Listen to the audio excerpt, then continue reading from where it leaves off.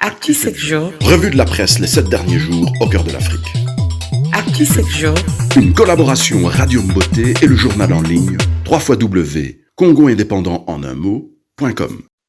Madame, mademoiselle, messieurs, bonjour ou bonsoir, tout dépend de l'heure à laquelle vous suivez notre actu de cette semaine. Depuis dimanche, le président Félix Tshisekedi Tshilombo se trouve au Qatar, où il est invité par l'émir Hamad Al Thani.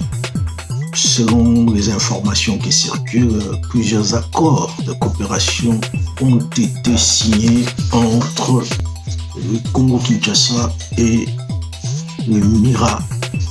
À Kinshasa, toujours, une phrase prononcée aujourd'hui par le président de l'Assemblée nationale, Christophe Mbosso Kodia Mpwanga, a mis l'huile sur le feu. En fait, il y a quelques parlementaires qui ont manifesté à l'intérieur de l'hémicycle en disant qu'il faut qu'il y ait la paix maintenant et la sécurité dans cette partie du pays. Et M. Mbosso leur a conseillé à ses collègues députés de quitter les groupes armés.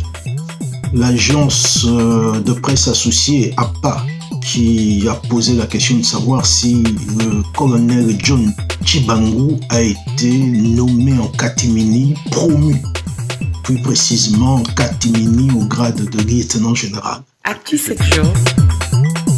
Le 21 mars, comme on le sait, M. Honoré Ngwanda est mort. Cela fait une semaine déjà.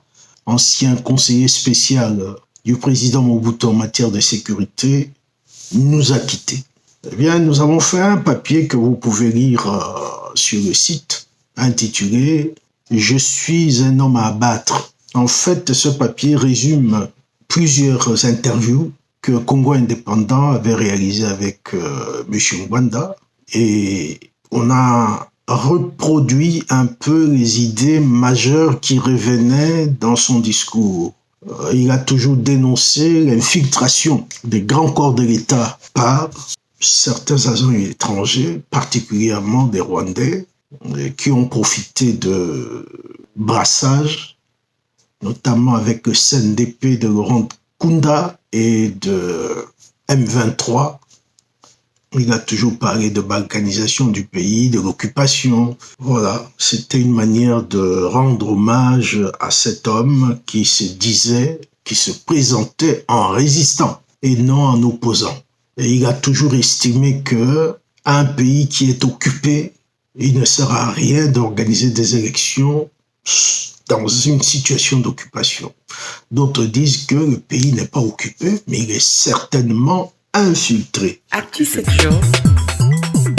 Jean-Michel Sama Lukonde Kyenge a été nommé Premier ministre le 15 février dernier. Jusqu'à ce jour, il n'y a toujours pas de sortie de gouvernement. Les esprits commencent à se surchauffer. C'est le cas notamment du Reprodoc. Le Reprodoc est un regroupement de plusieurs ONG de défense des droits de l'homme pour la ville de Kinshasa. Et Reprodoc dénonce justement 40 jours sans gouvernement de plein exercice. Alors la question qui est posée d'ailleurs dans le communiqué du Reprodoc, c'est qui bloque le chef de l'État? Vous avez suivi, il y a une polémique que nous avons qualifiée de dérisoire, voire médiocre, entre les combattants de l'UDPS et ce qu'on pourrait appeler les partisans de Moïse Katumbi ou des Katumbistes. Les combattants de l'UDPS accusent Moïse Katumbi d'être la cause du blocage. Selon ces combattants, Moïse Katumbi aurait exigé plusieurs ministères, c'est-à-dire plus de 6 ministères qu'on lui a offerts. Les Katumbistes disent simplement que c'est faux. Et ils demandent aux dirigeants de l'UDPS de discipliner ces militants. Actu 7 jours. Revenons encore sur la question gouvernementale. Il y a la CAJ, l'Association congolaise pour l'accès à la justice, qui menace entre guillemets, de publier la liste de ceux qui empêchent la sortie du gouvernement. ActuSecure.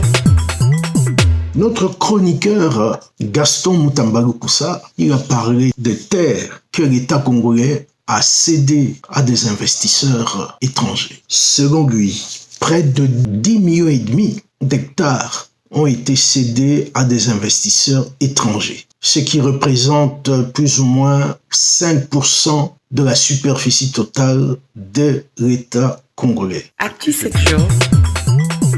Avant de terminer, rappelons que l'ancien patron de l'Agence nationale de renseignement, Kalev Mutonde, est toujours en cavale. Il en est de même de l'ancien inspecteur général de la police, John Numbi Banza Tambo, qui se serait réfugié au Zimbabwe. Une délégation des officiers venus de Kinshasa se trouve actuellement à Lubumbashi avec pour mission d'enquêter afin de connaître l'existence éventuellement de complicité ayant permis à John Numbi de franchir le territoire national sans que les services spécialisés soient au courant. Nous vous en remercions et à la prochaine. ActuSecure. Une collaboration Radio Mboté et le journal en ligne www.congoindépendant.com